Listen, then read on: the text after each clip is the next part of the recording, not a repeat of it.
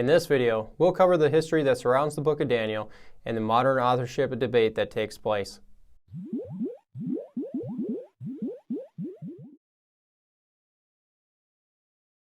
Hi everyone, and welcome to the beginning of our study on the book of Daniel. This will be an exciting adventure as we begin to tackle the history, the prophecies, and the authorship debate all in one study. Our objectives here are simple. First, we want to be able to understand the historical context that the book is written in. Next, we want to be able to comprehend all the prophecies that are laid out throughout the whole book.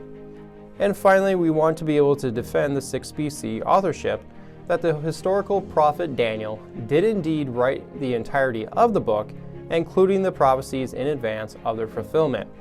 So this study will be much more of a head knowledge study rather than a character or a verse-by-verse study. We will cover the whole book and will shine light on important examples of faith that are displayed throughout the book, but overall we will be focusing on the history, the prophecies, and the authorship debate. Daniel is the 27th book, found in the Old Testament, and lies within the prophetical section, and is considered a major prophet, being that it's merely longer than the minor prophets. If you were to open a Catholic Bible, you would see that Daniel is 34th in the list, in that they have 7 additional works, included with some additions to Esther and Daniel. This is important to the authorship debate when we get to chapter 3. And if you were to open up the Jewish Tanakh, you would see its placement in the Ketuvim section. Again, a little feature that will be brought up in the authorship debate as we move forward, so even that type of head knowledge is relative to our study here. Now looking at the historical backdrop. The book opens up saying, "In the 3rd year of the reign of Jehoiakim, king of Judah, came Nebuchadnezzar, king of Babylon, unto Jerusalem, and besieged it." So Daniel's story begins during Jehoiakim's reign. He was the 17th of 19 kings of Judah from 609 to 598 BC, and you can read about him in 2 Kings and 2 Chronicles as well. And altogether there were 40 kings starting from David all the way through Zedekiah, of which only 7 were considered good after Solomon. But when you divide up the history of the kingdom, there are 3 events that take place that every student of Scripture should know. First is the division of the kingdom around 931 BC after Solomon's death. Then is the Assyrian captivity of the northern kingdom in 722 BC. The Assyrians here ended up deporting and scattering the northern tribes, and this is where we get the idea of the lost 10 tribes comes from. And finally is the Babylonian exile of the southern kingdom in 587 or 86 BC. Jerusalem and the temple were completely destroyed in this conquest, and the captives were eventually taken back to Babylon, and their exile began in this time period. Knowing these dates give us a few reference points in terms of the whole layout of the Old Testament history. 1st and 2nd Samuel cover Saul and David's reign, then 1st and 2nd Kings start with Solomon and cover all the way through the exile period to King Jehoiachin's release in 560 BC. 1st and 2nd Chronicles cover the whole kingdom period all the way through the 70-year exile up to the return in 536 BC after King Cyrus's decree that begins the book of Ezra. The kingdom period is largely synced to the Assyrian Empire period. They are to the kingdom as Egypt was to Moses and the Exodus. And following the fall of the Assyrian Empire, the Babylonian Empire rose to the dominant power for about 70 years. So when you see the major events compared to the empire history, you see that they go hand in hand.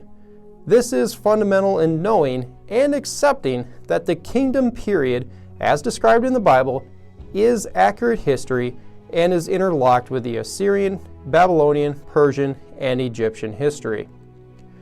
This historical layout also helps our ability to plant the prophets accordingly on the timeline. And as you can see, Daniel is laid vertically here and covers the whole Babylonian period. This is important because it is the only book in the Old Testament that offers us any insight as to what was taking place in Babylon under the exile. Jeremiah and Ezekiel are contemporary prophets during this time, but neither of them are taken to Babylon ever. The book has been divided out into 12 chapters, So you could think of 12 tribes, 12 chapters is an easy way to remember this. In terms of the Dead Sea Scrolls, only chapter 12 doesn't have a surviving portion unearthed as of yet. But what it has told us is that what we have today is the same as what was penned over 2,500 years ago. And as said before, the Catholic version of Daniel has 3 additional parts to it. Roughly, there are 65 more verses at the end of chapter 3, and chapters 13 and 14 about Bel and the dragon at the end of it. But just to note that the Dead Sea Scrolls don't contain those extra verses in chapter 3, and obviously the chapters 13 and 14 haven't been found either. The next important feature to the book is that there are 2 languages found in Daniel.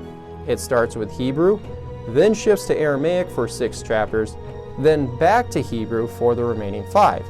What exactly does that signify? There's no exact answer to that, but something that we will talk about throughout the whole book. The extra note here is that on the Catholic editions is that they are in Greek, which is another reason not to consider them part of the original work, as Daniel would have never wrote in Greek. Some people like to outline the book by dividing it into 2 halves.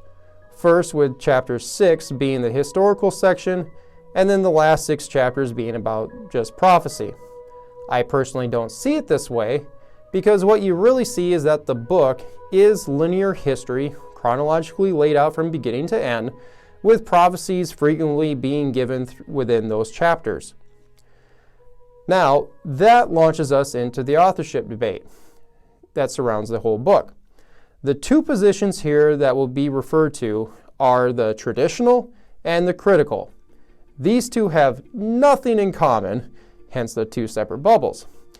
The traditional position advocates that Daniel is a historical figure, the book is about history of the exile in Babylon, and the prophecies are about the future of Israel under Gentile oppression.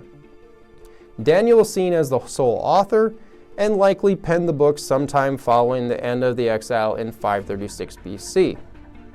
The critical position, however, says Daniel is just a fictional character, no different than like Robin Hood, and chapters 1 through 6 are just borrowed legends, and 7 through 12 are not prophetic, but only written to appear that way.